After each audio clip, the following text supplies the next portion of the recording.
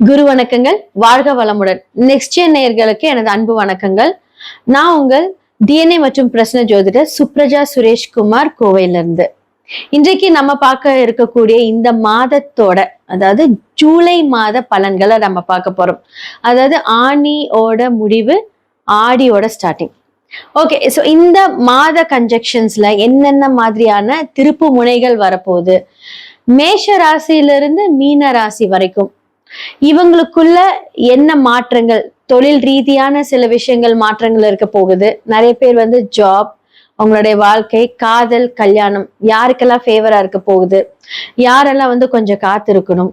அதே மாதிரி உலகளாவிய விஷயங்கள் அப்படின்னு பார்க்கும்போது நிறைய நிலநடுக்கங்கள். ஸோ ஆல்ரெடி நம்ம சொல்லியிருந்த மாதிரி வந்து இந்த எர்த்குவேக்ஸ் எல்லாமே வந்து பாத்தீங்க அப்படின்னா இந்த ராகு மாறதுக்குள்ள இப்ப நிறைய இந்த பிரச்சனைகள் எல்லாம் கொடுத்துட்டு இருக்காரு.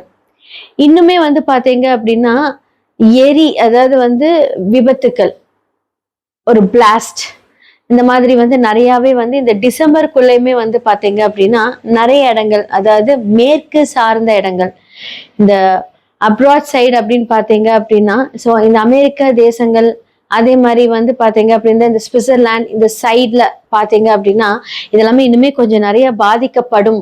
ஸோ சொல்லுவாங்க தெரியுங்களா, அணையற தீபம் வந்து பிரகாசமா எரியும்னு சொல்லுவாங்க இல்லையா. ராகு அடுத்த லெவல், அதாவது பாத்தீங்கன்னா இந்த டிசம்பர் மாதம் ராகு கும்பத்திலிருந்து மகரத்துக்கு வர்றதுக்குள்ள இன்னுமே வந்து பாத்தீங்கன்னா அந்த அட்டகாசம் வந்து ரொம்ப ஜாஸ்தியா தான் கொடுப்பாரு அப்படின்னு சொல்ல முடியும். ஓகே, இப்பவே வந்து உலகளாவிய விஷயங்கள்ல இவ்வளோ தட்டுப்பாடுகள், இவ்வளோ பிரச்சனைகள் இதெல்லாமே இருக்கு. ஸோ இப்ப வந்து பாத்தீங்க அப்படின்னா புதன் வந்து வக்கரமாயிருக்காரு. அப்ப கால புருஷனோட வீட்டுல புதன் யாரு அப்படின்னா 3, 6 அப்படின்னு சொல்லக்கூடிய இடங்களுக்கு சொந்தக்காரர். சோ புதன் வக்கரமாய் இருக்கக்கூடிய இந்த காலகட்டத்துல கம்யூனிகேஷன் சம்பந்தப்பட்ட விஷயங்கள்ல பெரும் மாற்றங்களை நம்ம பார்க்க போறோம். ஓகே, கம்யூனிகேஷன்னா இந்த மொபைல் போன்ஸா இருக்கட்டும், இல்ல வந்து பாத்தீங்கன்னா புதன் அப்படிங்கிறது வந்து பேங்கிங். ஸோ இந்த பேங்கிங் சிஸ்டம்ஸ்ல எல்லாம் வந்து பாத்தீங்கன்னா நிறைய மாற்றங்கள் இப்ப நம்ம பார்க்க போறோம். இந்த மாதத்துல வந்து பாத்தீங்க அப்படின்னா திடீர் சேஞ்சஸ் ஆஃப் இந்த பேங்கிங் சிஸ்டம். நம்மளோட விஷயங்களே வந்து பாத்தீங்க அப்படின்னா நிறைய பணம் சேர்த்து வைப்போம், வெளியெடுப்போம், அதன் மூலியமாக இந்த விரயங்கள், இந்த பேங்க்ல இருக்கும் போதே அது வந்து ஏதாவது ஒரு விஷயத்துல மாட்டிக்கிற மாதிரி ஒரு சில விஷயங்கள் ஒரு சில ராசிகளுக்கு ரொம்ப ரொம்ப அன்ஃபேவரா இருக்கு.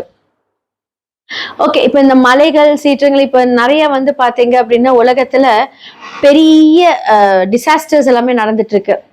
எல்லா மாதமும் இனி வரக்கூடிய அழிவு காலத்துல எல்லாமே நடக்கதான் போகுது. ஸோ நிறைய நிலநடுக்கங்கள் இந்த மாதத்துல வந்து பாத்தீங்க அப்படின்னா தண்ணீர் மூலியமாக பிரச்சனை வரப்போகுது. ஸோ நிலநடுக்கமா இருந்தாலும் அதன் மூலியமாக இந்த வாட்டர் ப்ராப்ளம்ஸ், வாட்டர் நான் சொல்றேன் இந்த கடல் சார்ந்த பிரச்சனைகள், அழிவுகள் இது எல்லாமே இந்த மாதத்துல கொஞ்சம் ஸ்டார்ட் ஆக போகுது. வரக்கூடிய காலங்கள்ல ரொம்ப நிறைய இருக்க போகுது. நடுவில் இந்த பிளாஸ்ட், ஆக்சிடென்ட்ஸ், நிறைய ஆக்சிடென்ட்ஸ். இந்த 6ஆம் இடம் அப்படின்னு சொல்லக்கூடியது வந்து பாத்தீங்கன்னா ஆக்சிடென்ட் இந்த காலகட்டத்துல வக்கரமா இருக்கிறதுனால பெரிய ஆக்சிடென்ட் எல்லாம் பார்க்க போறோம். இதுக்கெல்லாம் ஒரே விஷயம் என்ன அப்படின்னா நல்லா ப்ரே பண்ணணும். ஏன்னா நம்ம செய்யக்கூடிய வினைகள் மூலியமாக நடக்கக்கூடிய விஷயங்கள் தான் இது எல்லாமே. ஓகே, மேஷம்ல இருந்து மீனம் வரைக்கும் இந்த ஜூலை மாத பலன்கள் எப்படி இருக்கு அப்படிங்கறத நம்ம பார்த்துடலாம். விருச்சிக ராசி மற்றும் லக்னக்காரர்களுக்கு இந்த ஜூலை மாத பலன்கள் எப்படி இருக்க போகுது. ஓகே, ஸோ இந்த வந்து ஆணி முடிவிலும் ஆடியும் வந்து பாத்தீங்க அப்படின்னா சூரியனோட விஷயங்கள் பார்க்கும்போது உங்களுடைய குருவோட டிரான்சிட்ல இப்ப என்ன நடந்திருக்கு அப்படின்னு பார்க்கலாம். அதாவது வந்து பாத்தீங்க அப்படின்னா உங்களோட பொதுவாகவே வந்து பாத்தீங்கன்னா ஸ்திர லக்னம், ஸ்திர லக்னத்திற்கு 9ஆம் இடம் பாதகாதிபதியாக இருந்தாலும் 2ம் 5க்கும் உரியவர் போய் எங்க உட்காந்துட்டாரு. கோச்சாரத்துக்கு இதெல்லாம் கனெக்ட் பண்ணலாமான்னு கேட்டா கண்டிப்பா அஃபெக்ட் ஆகும். ஸோ நிறைய பேர் வந்து அஃபெக்ட் ஆகாது, இதுக்கு சம்மந்தம் இல்லை அதுக்கு சம்மந்தம் இல்லைம்பாங்க. பட் நான் நிறைய ஜாதகத்துல இதுலயே அஃபெக்ட் ஆயிருக்கிறது நான் பாக்குறேன். ஆனா அஃபெக்ட் ஆகும், ஆனா அதே குரு உங்களுக்கு அதன் மூலியமாக வழிகாட்டுதலையும் கொடுத்து உங்களை ஜெயிக்க வச்சிருவார். அப்போ இந்த ஒரு வருடம் வந்து பாத்தீங்கன்னா உங்களுக்கு பணத்தில் வந்து நல்ல ஒரு மேம்பாட்டு வந்து ஒரு அப்கிரேடேஷன் கண்டிப்பா கிடைக்கும். ஓகே, நிறைய பேர் சொல்லுவீங்க விருச்சிக ராசிக்கு பணமே கையில தங்காதே, நீங்க எப்படி நீங்க சொல்றீங்க அப்படின்னா கண்டிப்பா இப்ப வந்து குரு அதற்கான வழிகாட்டுதலை கொடுப்பார்.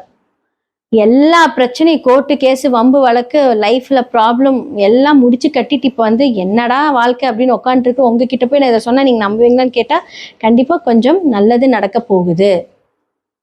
ஏன்னா விருச்சிக ராசி வந்து எவ்வளவு அடிச்சாலும் தாங்கக்கூடிய ஒரு ராசி. 8க்குரியவர் இல்லை காலபுருஷனுக்கு.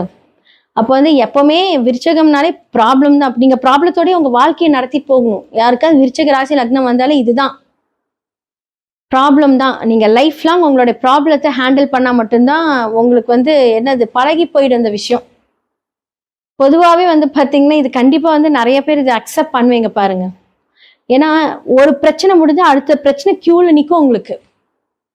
இப்போ வாழ்க்கை போராட்டமா இருக்கும்போது தன்னை மீறின ஒரு தைரியம் வந்து உங்களுடைய வாழ்க்கையை நடத்தி கொண்டு போகும். உங்களுடைய தைரியம், மன தைரியம் மட்டுமே உங்களுக்கு வாழ்க்கையில நடத்தும். நீங்க எவ்வளோ லாயலா இருந்தாலும் அதற்கான அங்கீகாரம் கிடைக்காத ஒரு லக்னம்னா அது விருச்சகம் தான். எவ்வளவோ நீங்க உண்மையா இருந்தாலுமே மட்டம் தட்டிட்டு போய்கிட்டே இருப்பாங்க. உங்களோட கோபத்தை சீண்டி நீங்க தான் காரணம்னு சொல்லிட்டு போயிடுவாங்க. திருமண பந்தத்துல இதுதான் நடக்கும். கணவன் மனைவி வந்து கணவனோ மனைவியோ இந்த விருச்சக லக்னக்காரர்களை தூண்டி விட்டு சண்டை போட வச்சு வார்த்தைகளை வெளியே கொட்டி கடைசியில பாத்தீங்கன்னா அவங்க நல்லவங்களாவும் நீங்க ரொம்ப படு மோசமானவங்களாவும் காமிச்சிடும் இந்த உலகம். இப்படிதான் வந்து விருச்சக ராசியை வந்து பாத்தீங்கன்னா லக்னக்காரர்கள் வந்து பாத்தீங்கன்னா வாழ்க்கையில போர்ட்ரேட் ஆயிட்டே இருப்பாங்க. என்னடா கரெக்டா சொல்றேன்னு இருக்கும். ஏன்னா பிகாஸ் வந்து பாத்தீங்கன்னா விருச்சகம் அப்படின்னு பட்ட ஒரு கஷ்டத்துல இருக்கக்கூடிய ஒரு இதுதான். ஆனா அவங்களுக்கு திடீர் அதிர்ஷ்டம் வாழ்க்கையை மாற்றும். அப்ப கண்டிப்பா உங்களோட ப்ரேயர்ஸ் கண்டிப்பா உங்களோட வாழ்க்கையை மாத்துங்க. வெயிட் பண்ணுங்க. இப்ப வந்து உங்களுடைய 9ஆம் இடத்தில் குரு வந்திருக்கிறார். அப்ப தந்தை மூலியமாக நிறைய பேருக்கு வந்து பாத்தீங்கன்னா சொத்து கிடைக்கும். பூர்வீக சொத்து கிடைக்கக்கூடிய காலம். உங்களுடைய சொந்த வீடு, புது வீடு எல்லாமே இப்ப கிடைக்க போகுது. அடுத்ததான் வந்து பாத்தீங்க அப்படின்னா உங்களுடைய லக்னத்தில் 5ஆம் இடத்தில் சனி இருந்து என்ன பண்ணுவாரு அப்படின்னா நீங்க போடுற பிளான் உங்களுக்கு ஹார்ட் ஒர்க் பண்ண வைக்கும். ஒரு விஷயத்த யோசிச்சீங்கன்னா அங்க சனி உட்காந்து என்ன பண்ணுவாரு அப்படின்னா ஈஸியா முடிக்க விட மாட்டார். இப்ப நீங்க வீடு கட்டுறீங்கன்னு வச்சுக்கோங்களேன், 10 நாள் முடிக்க வேண்டிய வேலையை வந்து 15 நாள் இழுத்து நீங்க அலையில வந்து பாத்தீங்க அப்படின்னா சோர்ந்து போயிடுவீங்க. அப்ப அந்த கிரகத்தை ஆக்டிவேட் ஆகும்போது அந்த வீடு முடியும். அப்போ வந்து என்னன்னா வேர்வை சிந்தி பாடுபட்டு வேலை செய்யறவங்களை வேலை வாங்குறதே ஒரு பெரிய வேலையா இருக்கும் உங்களுக்கு. இது நான் வந்து பாத்தீங்கன்னா ஃபார் எக்ஸாம்பிள் சொல்லியிருக்கேன். பட் இது உங்களோட இண்டஸ்ட்ரியில் இப்படிதான் நடக்கும். நீங்க என்னென்ன காரியங்கள் இருக்கீங்க இது அப்படிதான் நடக்கும்.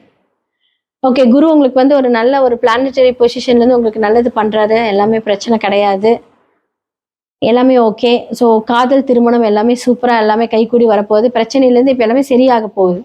ஸோ திருமணம் சார்ந்த விஷயங்களை இப்போ நீங்கள் ஸ்டெப் எடுக்கலாம். அதற்கான முயற்சிகள் ஈடுபடலாம். நல்லா இருக்கு. ஓகேவா? ஸோ இதில் வந்து பார்த்தீங்க அப்படின்னா உங்களுடைய 10ஆம் இடத்துல கேது இருக்காரு. ஸோ 10லே கேது இருந்தால் தொழில் முடக்கம். ஓகேவா? ஸோ 10க்குரியவர் சூரியன் எந்த இடத்துல இருக்காரு அப்படின்னா 8ல் இருக்காரு. இப்போ வந்து எதுவும் பண்ணாமல் இருக்கிறது ரொம்ப நல்லது. ஓகேங்களா? ஸோ வீடு கொடுத்தவர் 8ஆம் இடத்துல இருக்காருல்ல, சூரியன் 8ல இருந்தால் என்ன ஆகுறது? அப்போ பேசாமல் இருந்தீங்க அப்படின்னா அந்த கிரகம் வந்து அழகாக அடுத்த மாதம் தள்ளி போயிடும். அப்போ வந்து நீங்கள் கொஞ்சம் ஜாக்கிரதையாக இருங்க. ஸோ இந்த மாதிரியான விஷயங்கள் வந்து அந்த டிரான்சிட் ஆகும்போது பல விஷயங்கள் பார்ப்பீங்க. எங்கேயா போய் வம்பிழுக்கிறது பிரச்சனை எதுவுமே இப்போ கொஞ்சம் அமைதியாக இருங்க. குடும்பத்தில் எல்லாமே கொஞ்சம் அமைதியாக இருக்கிறது ரொம்ப நல்லது. குழந்தைகள் மூலியமாக நல்ல ஒரு பேர் வாங்குவீங்க. நல்ல குழந்தைகள் அப்படின்னு அவங்க பேர் வாங்க, அதன் மூலியமாக உங்களுக்கு பெருமைகள் எல்லாமே நடக்கும். ஸோ இதெல்லாம் விஷயத்தில் மட்டும் கொஞ்சம் ஜாக்கிரதையாக இருங்க.